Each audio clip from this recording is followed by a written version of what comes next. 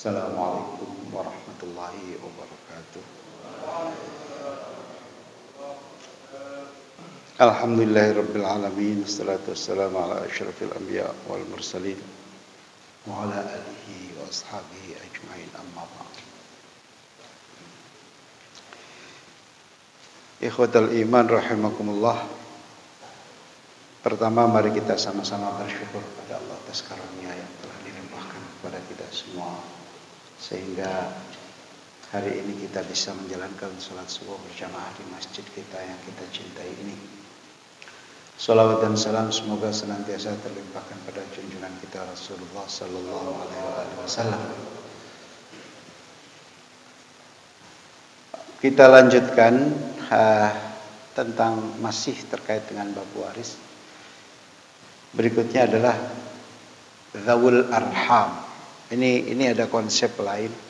Kalau kemarin itu ada konsep Ashabul Furud, ada Asobah. Itu adalah orang-orang dekat dengan muwarith, dengan orang yang hartanya akan diwariskan.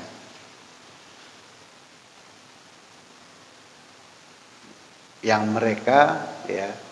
mereka itu Ashabul Furud dan Asobah itu disebut sebagai ahli waris. Ahli waris. Kalau bahasa Arabnya al-warith. Al-warith. Tulisan di Indonesianya al-warith itu belakangnya itu pakai TS, bukan ST, beda. Kita sering keliru-keliru gitu. Jadi transliterasinya ya, kalau dituliskan Indonesianya tha itu menjadi TS. Hadis itu TS. Orang sering keliru menulisnya jadi hadiset. Ya, ST beda. Tapi ya itulah, dengan alasan tipu gitu kan. Konsepnya adalah Zawul Arham, yaitu yang dimaksudkan dengan Zawul Arham adalah kullu qaribin laisa bizi fardin wala asabatin. Semua kerabat dekat yang dia tidak masuk dalam kelompok ahli waris dan juga tidak masuk dalam kelompok asabah.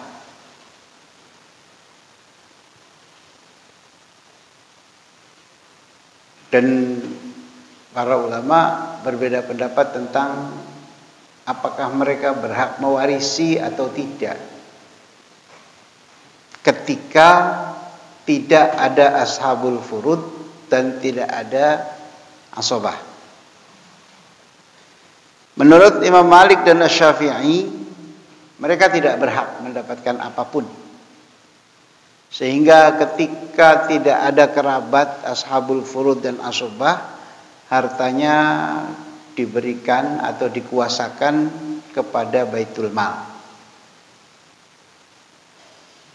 Itu menurut madhab Maliki dan madhab Syafi'i.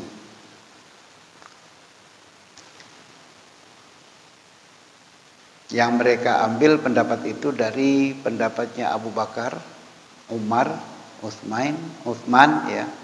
Kemudian ada Zaid, kemudian Az-Zuhri, Al-Auza'i dan Dawud. Dawud di sini Dawud Az-Zahiri. Ya. Sedangkan mazhab Hanafi, pendapatnya Abu Hanifah dan Imam Ahmad Ibnu Hanbal, mereka mendapatkan warisan bila tidak ada pewaris, bila tidak ada ahli waris asabah atau ahli waris ashabul furud. Dan ini mengambil pendapat dari sahabat juga, ada Ali bin Abi Thalib, ada Ibnu Abbas, ada Ibnu Mas'ud. Dan itu inda adami wujudi ashabil furud wal asabat.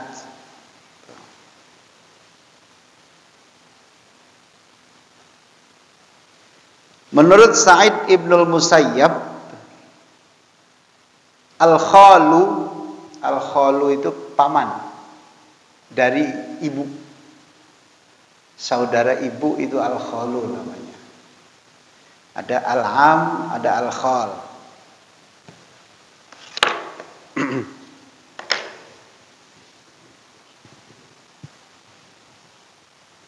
Ini contohnya laki-laki ya. Ini bapaknya, ini ibunya. Ya. Ini bapak, ini ibu, ini anak. Al-ammu itu saudaranya bapak. Al-ammu, bukan al-amu, al-ammu. Ya, saudaranya bapak. Al-ammatu saudara perempuan bapak. Dia memanggil ini adalah al-ammatu, di sini al-ammu. Kalau saudaranya ibu, di sinilah al-khalu. Paman juga, cuma dari ibu. Tante juga atau bibi ya, dari ibu. Ini beda istilah. Al-ammu, al-khalu, al-ammatu, al-khalatu. Kedudukannya sama kalau dalam genealogis seperti ini, tetapi dalam bab waris beda.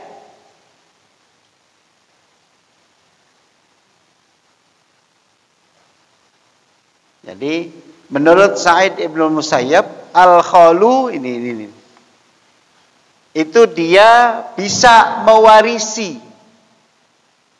ya dari dia, ya mewarisi dia.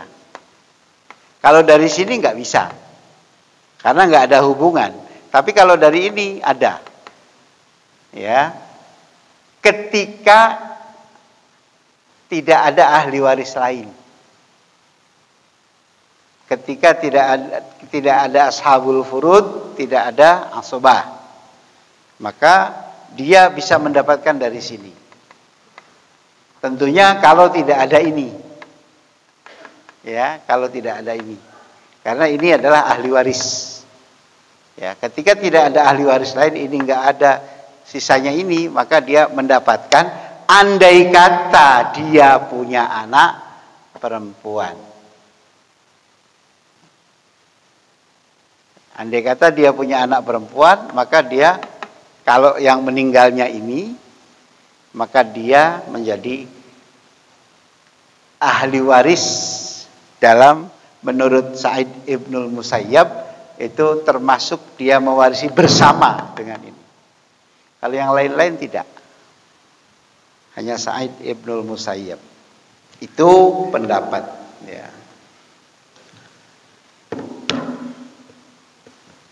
Ketika tidak ada, dan itu sudah diakomodasi dalam undang-undang hukum keluarga al-ahwal asy-syakhsiyah, paling tidak di Mesir.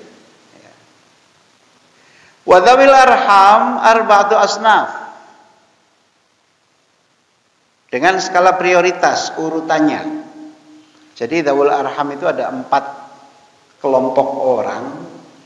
Nah, nanti urutannya seperti apa? Yang pertama, as-sinful awal, auladul banat wa in nazalu wa auladu banatil ibni wa in nazal.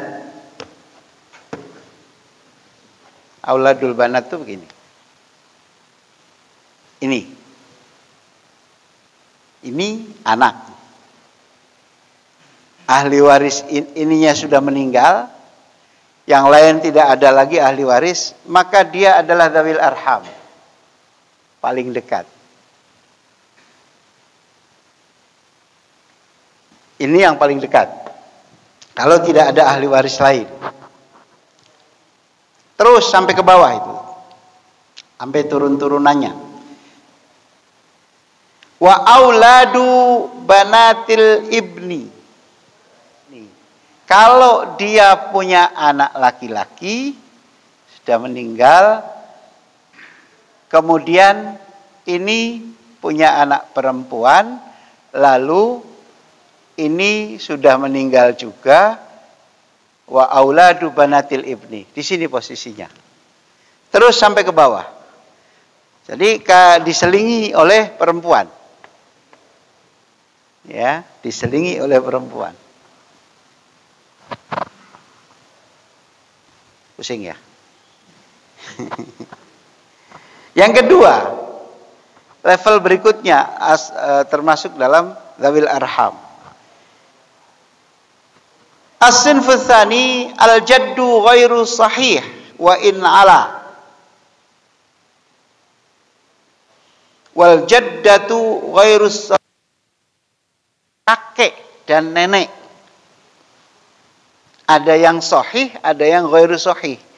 Yang sahih itu ketika yang meninggal ini, ya, ini kan bapaknya. Bapaknya bapak, inilah adalah kakek.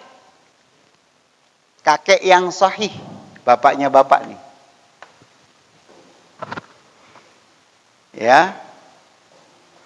Ini termasuk ahli waris kalau ini, bahkan asobah mungkin kalau memang tidak ada lagi di bawahnya.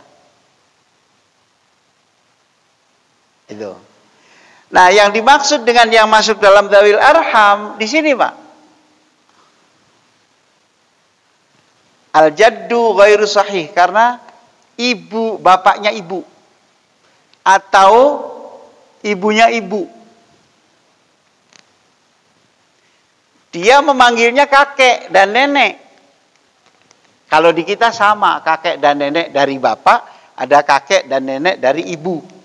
Nah, kakek dan nenek dari bapak ini masuk dalam ashabul furud. Tetapi kalau kakek dan nenek dari ibu, ini adalah dzawil arham. Bukan ashabul furud. Jadi kita gambarkan sajalah. Kalau ini ashabul furud itu pakai fa ya, plus bisa asobah. Ini sama. Ashabul furud plus bisa asobah. Ini ashabul furud, tidak asobah. Ini dzawil arham. Ini dzawil arham.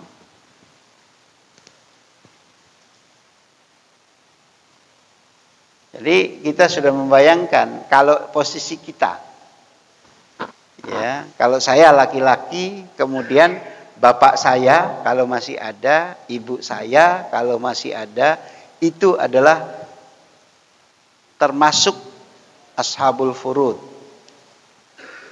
Ya, nah, kalau bapak saya bisa jadi asobah, kalau ada. Kalau tidak ada, kakek saya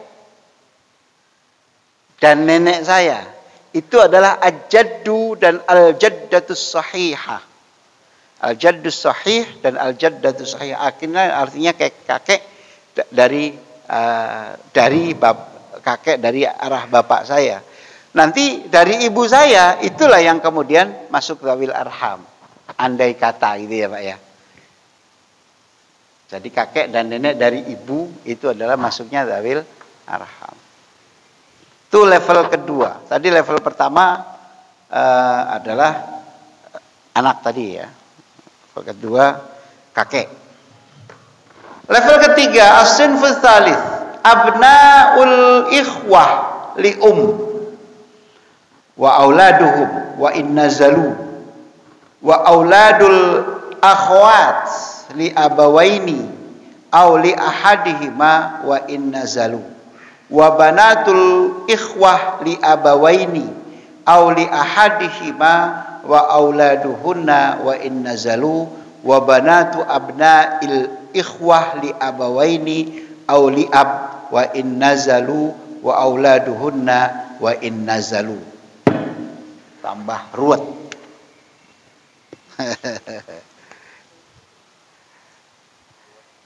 Tambah ruwet ya. Posisinya di mana?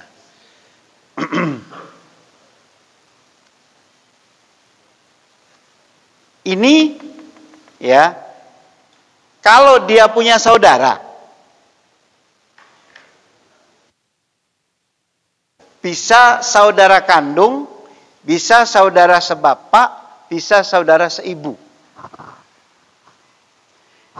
Yang dimaksudkan saudara kandung itu adalah kakak, adik, dan seterusnya yang orang tuanya sama. Kalau di sini ini adalah saudara sebapak, al-akh li'ab. Kalau di sini al-akh li'um, saudara seibu. Kok bisa? Bisa.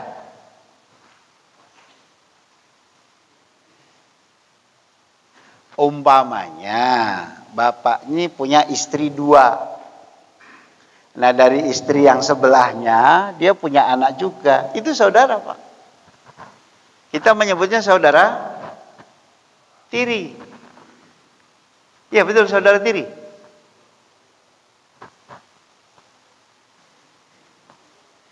Ibunya, ibu kita juga, tapi ibu tiri.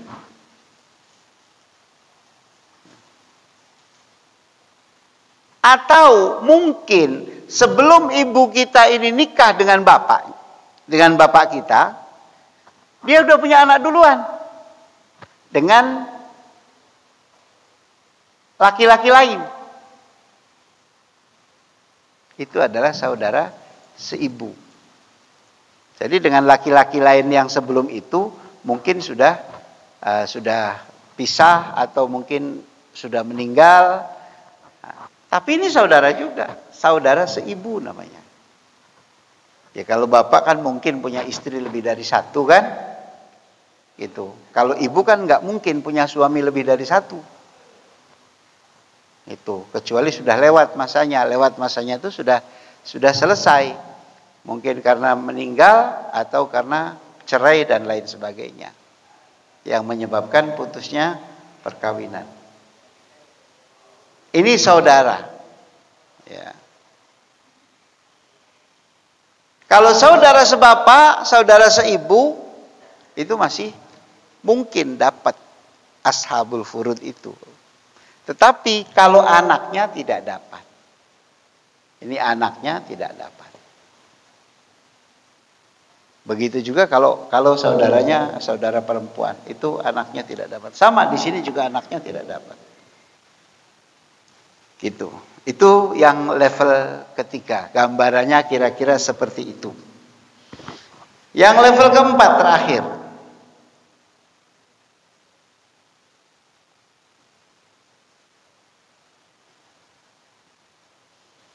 Mencakup yang 6 macam yang tadi sudah disebutkan dalam 3 level itu tadi. Dengan urutannya. A'mamul mayyit li'um, paman seibu. Paman seibu. Kemudian atau amat atau tante, bibi. Ya, bibi, tante, uak. Kalau uak kan kakak, kalau bibi kan adik. Encang, encing, apa tuh? Ya kalau di Betawi katanya encang, encing, nggak tahu saya bedanya encang dan encing itu apa.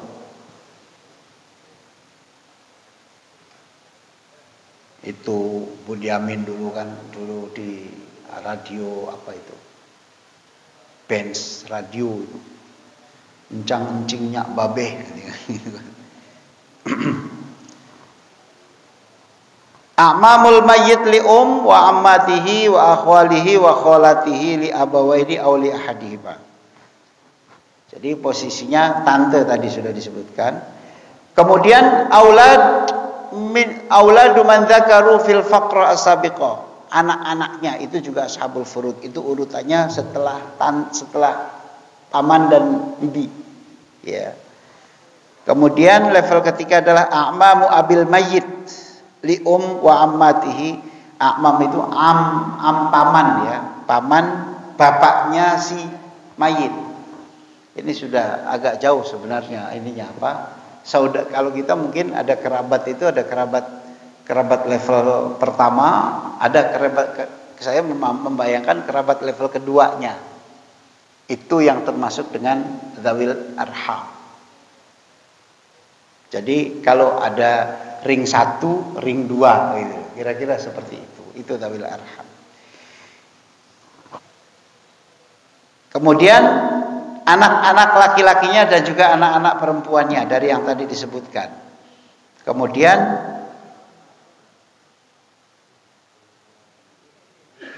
semakin jauh. Makanya kan urutannya seperti itu. Yang paling dekat tadi sudah disebutkan, dan ini sudah ada urutannya itu dalam hukum waris yang ada di ini, yang karena ini di apa ya, yang dijadikan ukuran itu adalah di sini ketika menyebutkan al-qanun itu undang-undang, ini sudah masuk dalam undang-undang Mesir. Al-ahkam al-ahwal asy-syakhsiyah di Mesir. Ada pasal-pasalnya di sana yang sudah disebutkan. Ini konsep ashabul dzawil arham. Jadi ahli waris level kedua setelah ashabul furud dan asobah. Ketika ashabul furud dan asobah ini tidak ada semuanya, maka dzawil arham ini yang mendapatkan warisan menurut sebagian ulama tadi. Wallahu a'lam. Ini pengantarnya untuk hari ini. Selanjutnya nanti akan kita bahas bagaimana janin yang ada di dalam kandungan. Model pewarisannya seperti apa. Baik, sekarang kita buka pertanyaan. Silakan. Kalau ada.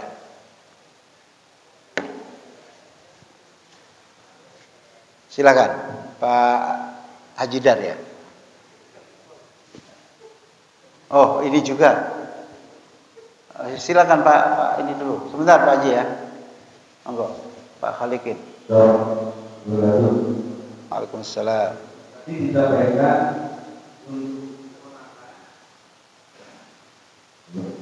kewenangan dari Pak. Tidak mendapatkan. Ini aja Pak, ini putus-putus.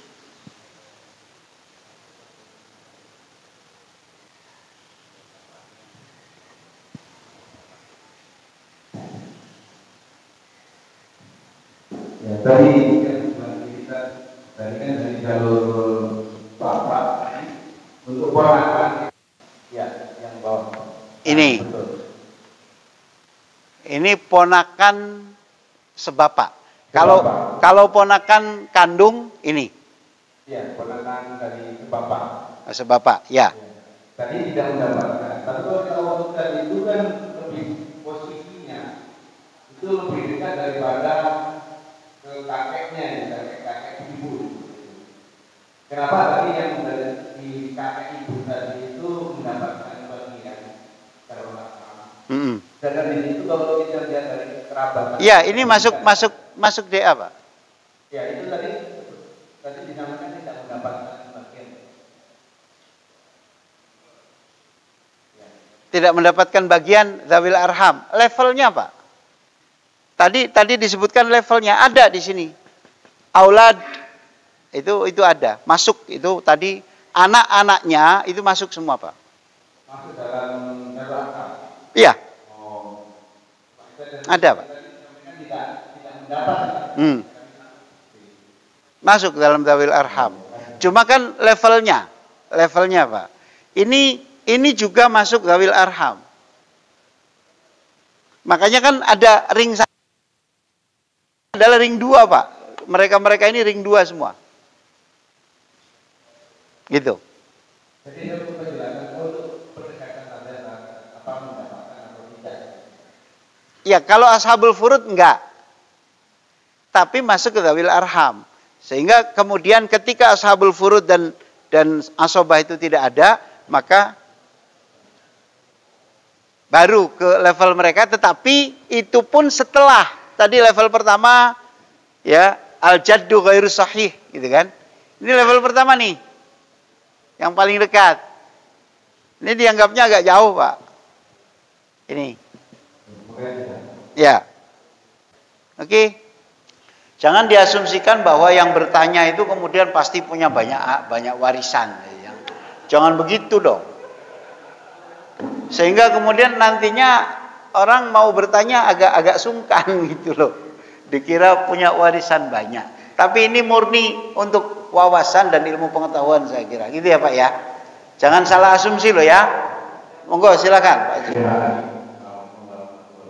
Waalaikumsalam.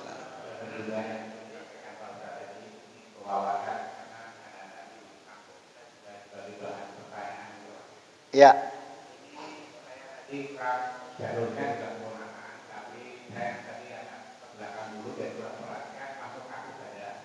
Gimana? Ada juga jalur keponakan, tapi saya kan tadi kurang di belakang kecil maka kasih saja. Laki-laki tidak. Oke, sebentar Pak. Kalau contoh kasus oke. Monggo Pak. Laki-laki meninggal. Ada seorang laki-laki meninggal.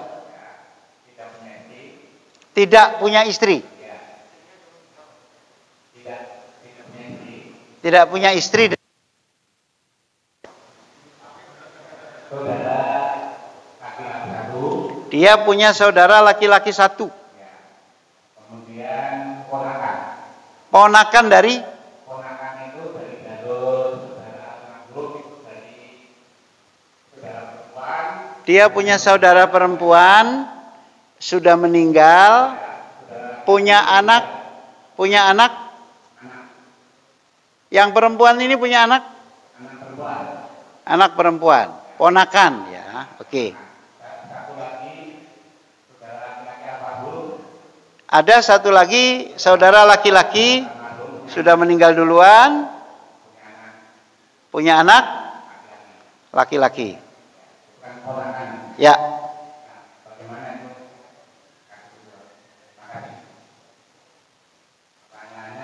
Bapak Ibu masih ada? Sudah nggak ada semua. Oke. Ahli warisnya cuma 1, 2, 3. Posisinya Pak. Sebenarnya posisinya di sini dia dzawil arham, di sini juga dzawil arham. Itu posisinya. Ahli warisnya cuma dia.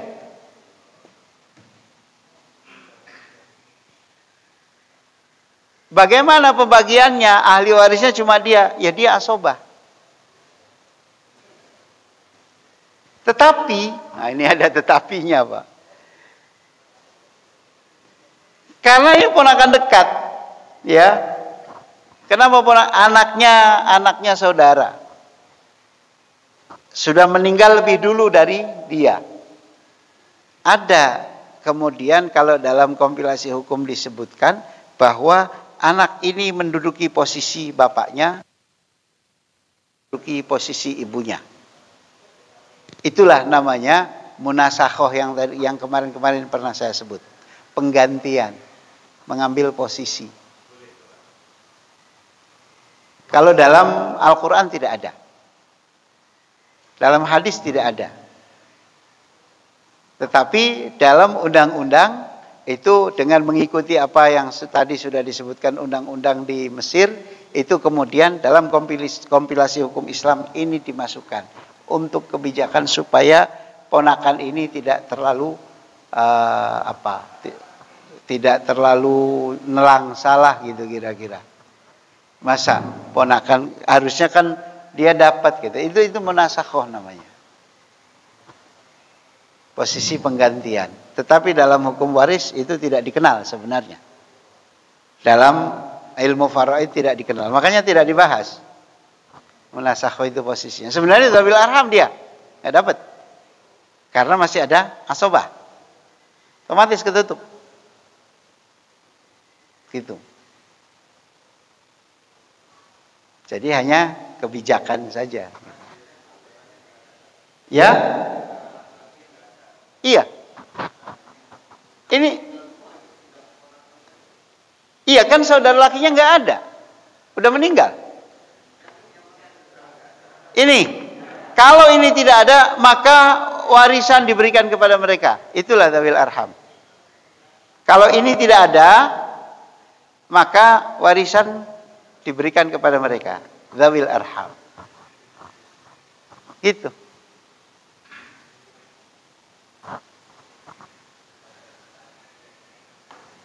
Dan dzawil arham menduduki posisi jadinya sebagai ahli waris. Tapi Al-Quran tidak membahas seberapa mereka dapatnya. Dan apakah dia diposisikan sebagai asobah, itu juga tidak dibahas. Itulah dzawil arham.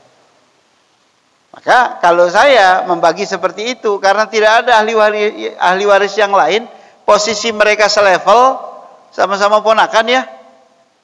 Meskipun yang satu ponakan dari saudara perempuan dan satu ponakan dari saudara laki-laki, maka kalau saya bagi 2:1.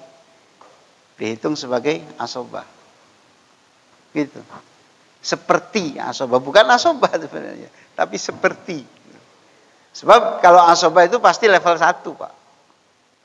Makanya kalau ini ada, maka semua harta diberikan kepada dia. Kalau ini ada. Tapi kalau ini tidak ada, maka diberikan kepada mereka. Kalau menurut mazhab yang tadi membolehkan dzawil arham mendapatkan bagian. Apanya? Ya memang nggak disebutkan, tadi sudah disebutkan. Dzawil arham bagiannya seberapa itu nggak disebutkan, Pak. Karena ini kan dalam kondisi tidak ada sama sekali, maka kalau saya ditanya bagiannya seberapa, saya masukkan levelnya itu karena ini satu laki-laki satu perempuan, maka kita berpedoman pada ketika sisa, maka fali aula rajulin dzakarin. Ketika tersisa maka diberikan kepada laki-laki. Dan ketika asobah itu, kalau anak itu perempuan semua, maka kalau umpamanya dia punya anak perempuan semua, ada 2 orang, maka perempuan hanya dapat 2/3 untuk berdua kalau anak. Tapi kalau satu laki-laki satu perempuan, maka mereka dapat semuanya dengan bagian 2:1. Itulah asobah. Gitu. Nah, kalau seperti ini tidak ada, maka saya menghitungnya mereka lah yang menduduki posisi sebagai asobah. Karena ada anak laki-laki. Ada ponakan laki-laki. Jadi mereka bukan sebagai asobah, tetapi menduduki. Karena tidak ada saudara lain.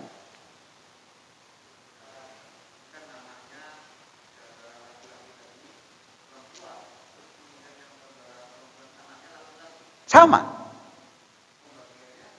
2:1.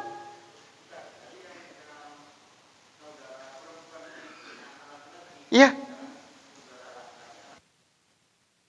Iya. Kan anaknya sama-sama ada 2, laki-laki dan perempuan, ponakannya itu loh. Satu level. Tadi kan sudah disebutkan. Satu level, Pak. Mereka kedudukannya setara. Dianggap kalau itu anak laki-laki, anak perempuan gitu. Anak perempuan itu bukan asobah, tetapi ketika ada anak laki-laki, anak perempuan bisa jadi asobah. Gitu, Pak. Ya.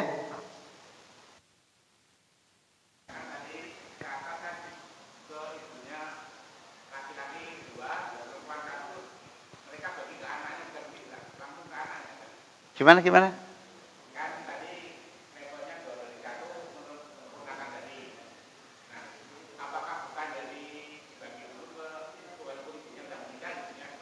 Itu namanya proses munasakhoh, Pak. Kalau ini kan proses pembagian dzawil arham.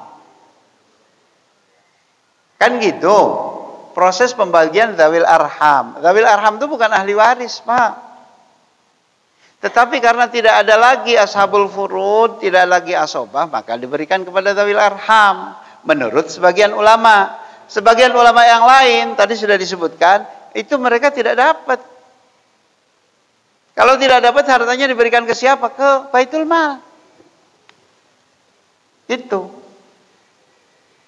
Itu kalau posisinya negara Islam yang memang bendaharanya adalah Baitul Mal. Lah kalau kita bendaharanya kan bukan Baitul Mal. Gitu. Yang Baitul Mal itu adalah untuk kepentingan umat Islam kan? Itu. Jadi kalau masjid ini punya Baitul Mal, lalu ada orang meninggal dan tidak punya ahli waris, bahkan Zawil Arham pun tidak punya karena dia sendirian, maka diberikan semuanya ke Baitul Mal, hartanya. Itu. Tapi kalau masih punya Zawil Arham, menurut sebagian ulama, berikan kepada Zawil Arham. Toh mereka yang saudaranya. Dan mungkin saat-saat kritis dan lain sebagainya, mereka lah yang ngurus. Karena kerabat dekat mereka. Itu. Ingat, asbabul irthi yang bisa menyebabkan terjadi pewarisan itu ada 3. Satu adalah nasab, garis nasab. Mereka garis nasabnya jauh apa dekat ini? Hubungan nasabnya dengan dia jauh. Yaitu yang tadi ring 1, ring 2. Mereka ini masuk dalam ring 2. Ketika ring 1-nya sudah nggak ada sama sekali, maka dibagikan kepada ring 2.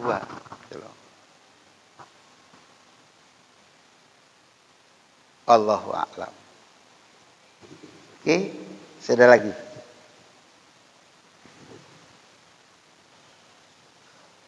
Ayo dicerna dulu pelan-pelan.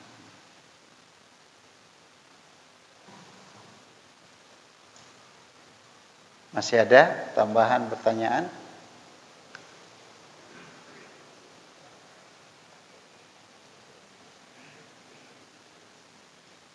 Habis?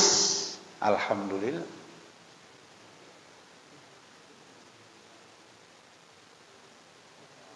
Takut dibilang banyak warisannya ya, Pak.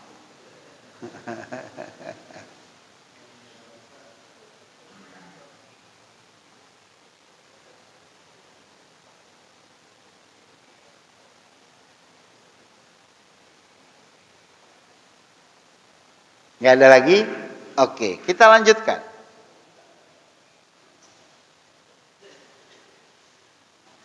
Alhamdulillah.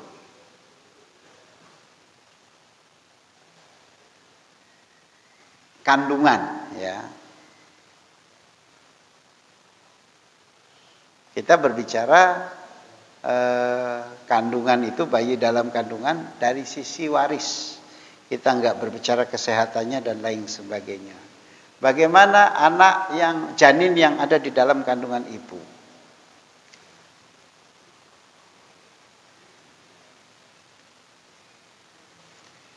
Kandungan, ya, kan kemarin dari salah satu syarat mewarisi itu adalah memastikan bahwa seseorang itu hidup, ahli waris itu hidup, pasti hidup, ya, ketika si pewaris orang yang meninggal itu wafat. Ketika si ahli waris itu wafat. Bagaimana kasusnya kayak Vanessa Angel?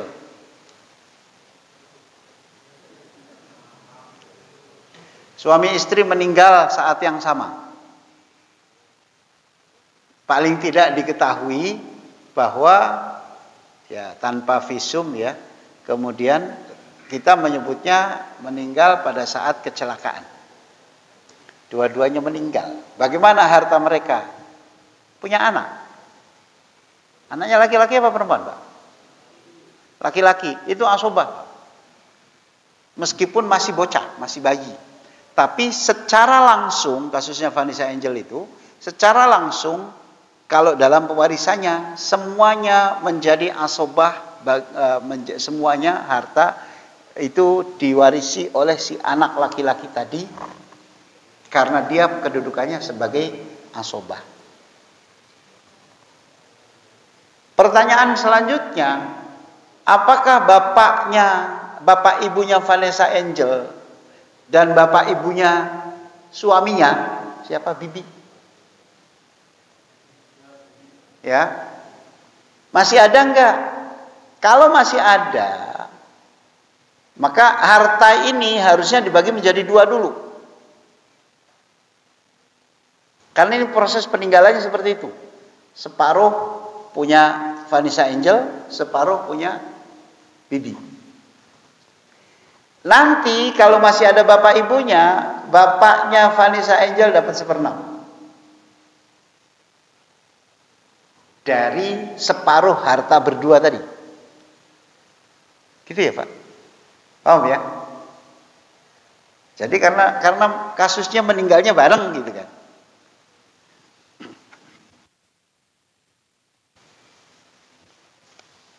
Ini saya hapus dulu ya Pak.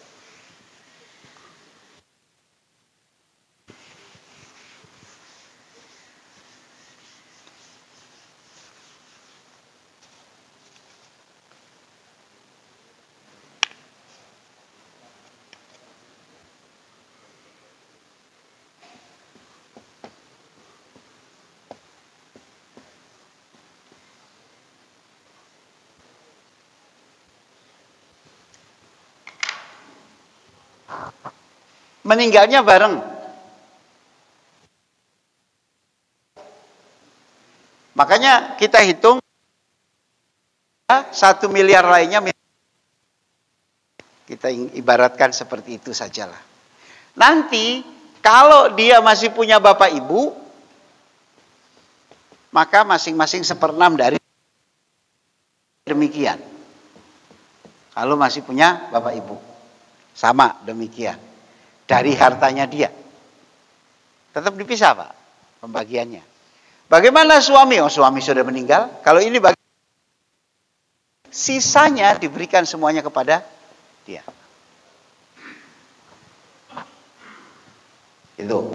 Tapi kan dia masih kecil. Ya biar aja masih kecil.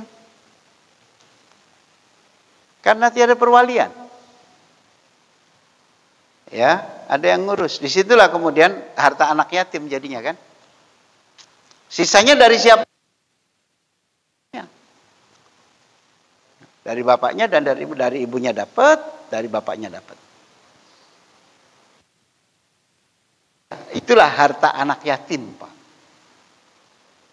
Harta anak yatim. Hah? Ibunya siapa?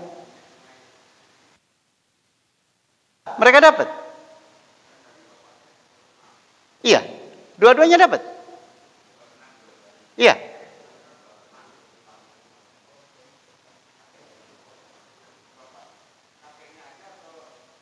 Kakeknya siapa?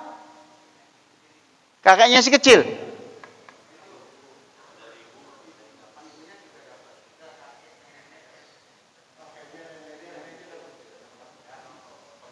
Yang kakeknya dia, Pak.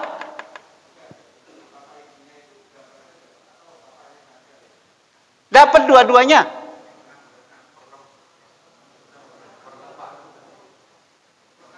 Ya.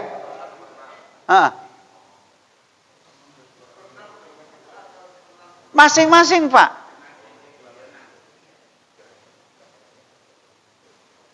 Masing-masing. Masing-masing. Baik. Itu kasus Vanessa Angel, ngitung harta orang katanya. Ya kalau berbicara waris yang ngitung harta orang, entah fiktif atau apa ya itu urusannya lain gitu kan. Itu. Tapi itulah proses pembagiannya.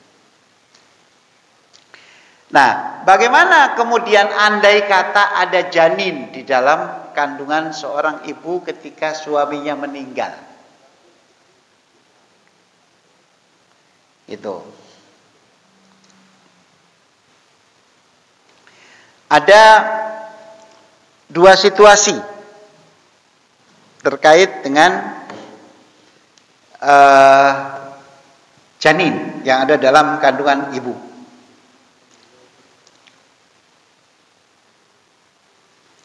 Pertama, alhamlu idzan fasala an ummihi.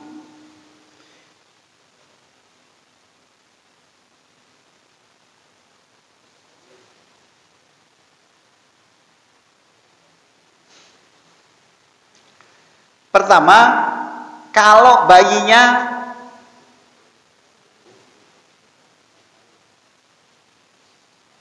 terlahir, infasola itu terpisah dari ibunya, lahir lah ya.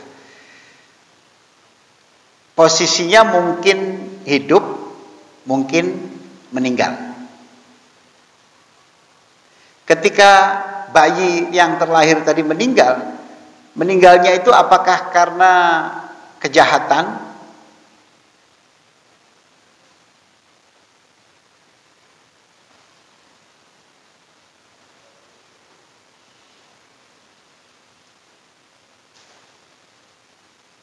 atau bukan?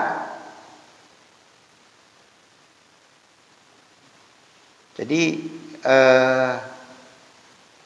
kalau tanpa kejahatan kepada ibunya atau karena ada kejahatan, maka kalau kemudian terlepas dari ibunya itu hidup,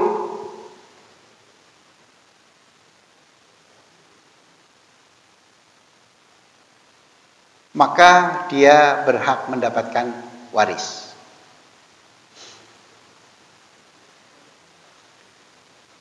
Tandanya apa kalau dia terlahir hidup? Tandanya ada tangisan pertama. Ketika keluar dari rahim ibunya, dia mengeluarkan tangisan pertama.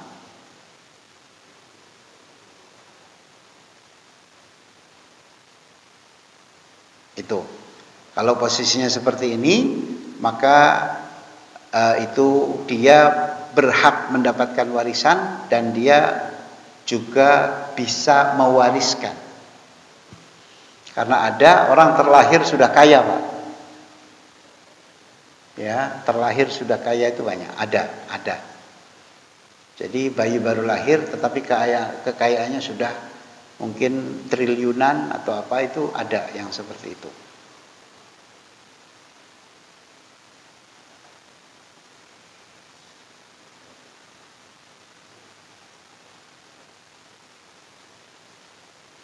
Tetapi menurut mazhab Syafi'i dia tidak mewarisi. Tuh.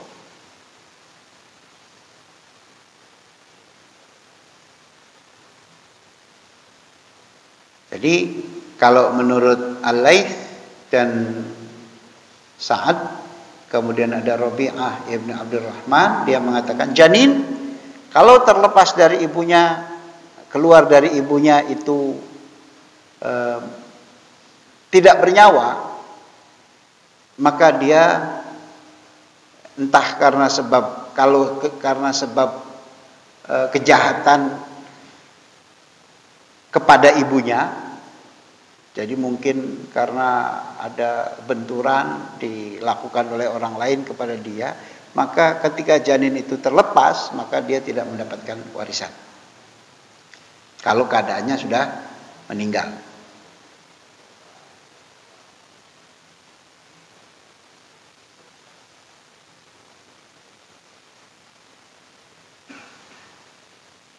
Itu. Bagaimana kalau alhamlu fi batni ummihi, janin yang masih ada di dalam diri ibunya?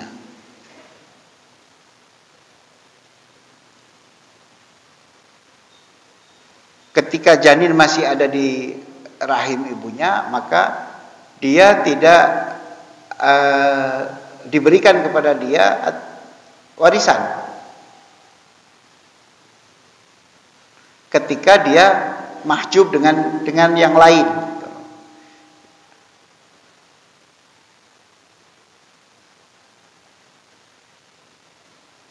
Ketika mahjub dengan, tapi kalau yang meninggal itu bapaknya, maka dia harus mendapatkan bagiannya meskipun belum diserahkan. Itu.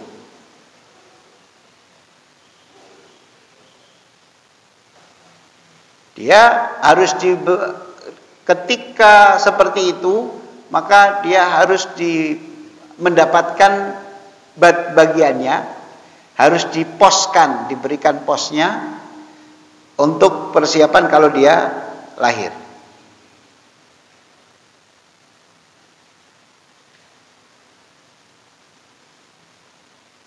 Dan ahli waris yang lain tidak berubah bagiannya. Itu.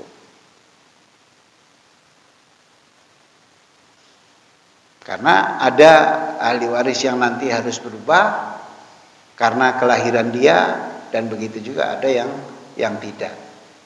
Karena posisinya tadi ya, kalau dia kemudian yang keluar itu anak laki-laki, maka dia akan menghijab beberapa orang, gitu kan?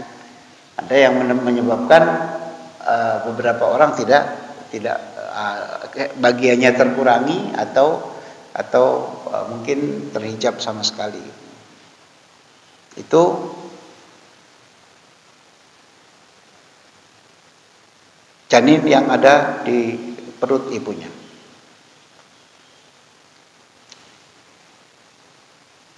Itu dari sisi kewarisan.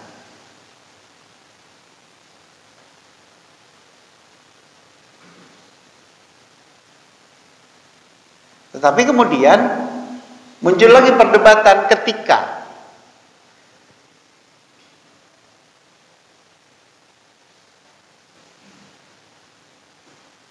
dipermasalahkan ini bayi ini anak siapa. Ketika dipermasalahkan bayi ini anak siapa. Apakah anak dari suaminya yang waktu itu atau anak dari orang lain? Maka pembahasannya adalah aqallu muddatil hamli, masa kehamilan yang paling cepat, paling sedikit. Berapa lama? Kalau normalnya itu 9 bulan, sekitar itu. Entah kurang sedikit atau lebih sedikit. 9 bulan. Tetapi kalau dalam kajian fikihnya, aqallu muddatil hamli paling tidak menurut beberapa orang ulama, salah satunya adalah Ali bin Abi Thalib. Di dalam Al-Quran itu ada 2 ayat tentang menyusui. Ada salah satu ayat, wal walidatu yurdi'na auladahunna haulaini kamilaini. Para wanita yang melahirkan anak, maka mereka menyusui anak mereka selama 2 tahun berturut-turut. Liman arada ayyutim marradha'ah, bagi mereka yang ingin menyempurnakan masa susuan. Lalu dalam ayat lain Allah berfirman, wa hamluhu wa fisaluhu 30 syahra. Hamil dan menyusui itu semuanya sejak hamil sampai menyusui itu, sampai selesai menyusui itu dalam 30 bulan. Sementara dalam ayat menyusui tadi 2 tahun sama dengan 24 bulan. Maka para ulama menyimpulkan masa kehamilan tercepat itu adalah 6 bulan. Berdasarkan ayat ini, bukan berdasarkan ilmu kedokteran. 2 ayat tadi kemudian disimpulkan oleh para ulama bahwa kalau begitu, kan menyusuinya kan 2 tahun. 2 tahun itu kan 24 bulan. Nah, masa hamilnya paling cepat itu adalah 6 bulan. Itu kesimpulan yang diambil. Maka, kenapa ini dibahas? Karena nanti terkait dengan nasab. Kalau masa hamil itu kurang dari 6 bulan dalam perkawinan yang sah, maka nasab janin tadi diurutkan ke ibunya. Kalau kurang dari 6 bulan masa perkawinan. Bisa dipahami ya? Jadi kalau ada perempuan menikah belum 6 bulan kok anaknya lahir, nah itu anak zina. Nasabnya kepada ibunya, tidak kepada bapaknya. Kalau lebih dari 6 bulan, maka nasabnya kepada suaminya yang saat itu menjadi suaminya. Kenapa ini dibahas? Karena terkait dengan ahli waris tadi. Terkait dengan kewarisan. Ingat, salah satu yang menyebabkan terjadinya pewarisan adalah nasab. Itu. Sampai di sini silakan kalau ada yang bertanya. Ini sudah syuruh. Ya.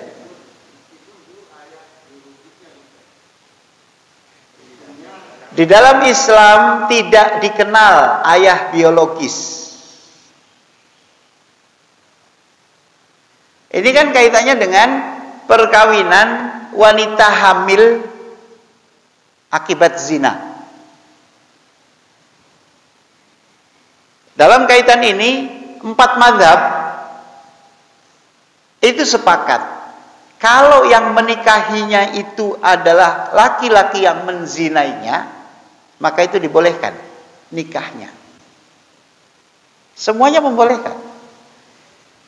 Tapi kalau yang menikahinya itu bukan wanita yang bukan laki-laki yang menggaulinya, maka mazhab Syafi'i membolehkan. Mazhab yang lain tar dulu. Ada yang tidak membolehkan, ada yang boleh akad nikah tetapi tidak boleh digauli. Dan nanti kalau anak itu sudah lahir harus ada tajdid, pembaruan akad. Ada yang berpendapat seperti itu. Itu.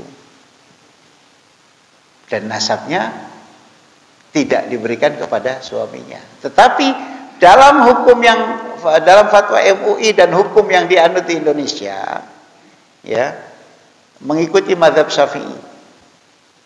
Jadi menikah dengan siapapun wanita hamil tadi itu boleh.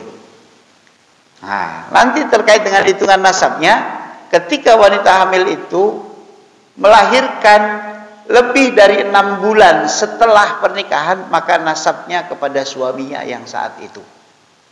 Entah itu ayah biologis atau bukan. Ya, entah itu ayah biologis atau bukan. Karena dalam Islam tidak dikenal itu ayah biologis itu. Itu muncul istilah ayah biologis itu ketika dalam posisi dalam itunya MK dalam kasus Masjid Mukhtar itu tadi. Kalau saya mengomentarinya itu adalah putusan yang menentang syariat Islam. Bahaya. Nantinya anak-anak pezina itu menuntut ayah biologis mereka. Karena ibunya akan menunjuk itu tuh yang sudah ayahmu tuh itu ayah kandungmu. Padahal tidak ada dalam jalur nasab. Itu. Karena ketentuan nasab itu tadi dalam Islam seperti itu tadi itu. Itu menurut sebagian ulama. Ya.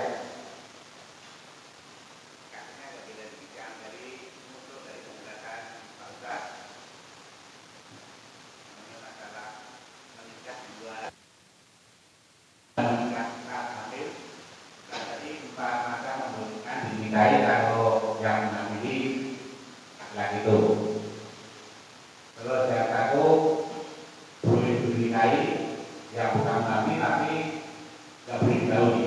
Nah sekarang yang pertama yang katanya kepada masalah yang katanya oleh kalau yang menikahi yang mengambil terus berikutnya itu hubungannya tidak ada. Setelah menikah? Ya tidak. Jadi zina itu adalah hubungan antara seorang laki-laki dan perempuan tidak dalam ikatan perkawinan. Itu zina. semua bentuk hubungan. Tapi kalau sudah nikah, maka itu adalah hubungan badan yang dibolehkan. Cuma ada pendapat yang mengatakan tidak boleh digauli. Kenapa? Biar bibitnya tidak tercampur katanya. Padahal kalau kita belajar biologi, kalau sebuah sel telur itu sudah dibuahi, maka dia menutup diri. Tidak mungkin ada sel sperma lain yang membuahi dia. Kan gitu ya? Dulu ketika belajar biologi kan gitu. Dan yang nomor 2 kita ya. Yang nomor 2 kan yang menikahi laki-laki yang sedang mandi kan nggak boleh digauli berdasarkan dulu. Ada pendapat yang seperti itu. Enggak. Kenapa tidak boleh digauli? Ini permasalahannya adalah yaitu tadi dikhawatirkan itu masalahnya. Tercampur bibitnya laki-laki yang itu, yang pezina itu sama bibitnya dia gitu loh. Yang tadi itu yang saya sebutkan, itu dikhawatirkan itu terjadi. Makanya tidak boleh menggauli. Akar perbedaannya di mana? Akar perbedaannya kalau menurut mazhab Syafi'i, zina itu tidak menyebabkan iddah. Maka boleh dinikahi dan boleh digauli oleh orang yang menikahinya. Itu mazhab Syafi'i. Tapi kalau mazhab yang lain ada yang mengatakan tidak boleh orang menikahi orang dalam keadaan iddah. Jadi hubungan badan di luar nikah itu menyebabkan adanya iddah, sehingga tidak boleh kawin selama masa iddah, kan gitu. Ya. Kecuali dengan laki-laki yang menggaulinya itu. Jadi kalau dengan laki-laki yang menggaulinya nggak ada iddah, tapi kalau dengan orang lain, makanya ketika itu terjadi perkawinan, maka tidak boleh ada pergaulan. Dan nanti ketika sudah melahirkan baru boleh tajdidul aqdi, mengulang akadnya. Itu. Tapi kalau hukum di Indonesia menganut yang pertama mazhab Syafi'i itu tadi. Itu, Pak. Ya.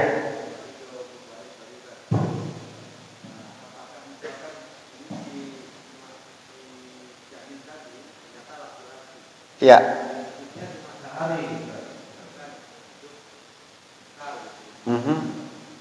Apakah akan menghijab seluruh daripada hubungan daripada urutan keluarga? Ya kan kalau laki-laki kan menghijab kakeknya, laki-lakinya. Nah, apakah ketika janin sebenarnya perempuan, janin ini laki-laki dan itu cuma sebentar, apakah akan menghijab juga? Ya akan mengubah, Pak. Meskipun hidup sebentar, tetapi kan nyata hidupnya akan mengubah. Sangat-sangat mungkin mengubah itu. Iya. Iya. Oke. Saya kira cukup, Pak. Ini sudah hampir jam 6. Terima kasih. Sampai ketemu lagi pekan depan. Masalah hamil saya kira ini sudah. Ya. Insyaallah berikutnya nanti akan kita berbicara tentang al-mafqud, orang hilang. Al-mafqud, orang hilang. Nanti akan kita coba bahas bagaimana ketentuannya orang hilang. Karena beberapa kasus terjadi itu. Baik, barangkali itu saja. Semoga bermanfaat untuk kita. Dan mohon maaf atas segala kekurangan. Hadani Allah wa iyyakum ajma'in.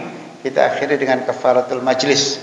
Subhanakallahumma bihamdika asyhadu an la ilaha illa anta astaghfiruka wa atubu ilaik walhamdulillahirabbil alamin. Dan sebelum kita bubar dari acara ini, mari kita sama-sama berdoa, Pak. Mumpung ini majelis ilmu dan insyaallah ini banyak berkahnya. Allahumma salli ala sayyidina habibina wa syafi'ina wa karimina wa dukhrina maulana Muhammad wa sallim wa radiyallahu ta'ala an kulli sahabati rasulillah ajma'in walhamdulillahirabbil alamin. Hamdan yuwafi ni'amahu wa yukafi mazidah ya rabbana lakal hamdu kama yanbaghi li jalali wajhikal karim wa 'azimi sultanika. Allahumma ighfir lil mu'minina wal mu'minat wal muslimina wal muslimat al ahya minhum wal amwat innaka sami'un qaribun mujibud da'wati ya qadiyal hajat wa ya kafiyal muhimmat bi rahmatika ya arhamar rahimin. Allahumma ighfir lana wa li walidayna warhamhuma kama rabbayana shighara. Allahumma a'inna ala dzikrika wa syukrika wa husni ibadatik. Allahumma inna nas'aluka ridhaka wal jannah wa na'udzubika min sakhatika wan nar. Allahumma ya Allah a'inna ala dzikrika wa syukrika wa husni ibadatika. Rabbana hab lana min azwajina wa dhurriyyatina qurrata a'yun waj'alna lil muttaqina imama. Rabbana atina min ladunka rahmatan wa hayyi' lana min amrina rashada. Rabbana atina fid dunya hasanatan wa fil akhirati hasanatan wa qina adzaban nar wa adkhilna jannata ma'al abrar ya aziz ya ghaffar ya rabbal alamin. Subhana rabbika rabbil izzati amma yasifun. Assalamun alal mursalin walhamdulillahi rabbil alamin. Assalamualaikum warahmatullahi wabarakatuh.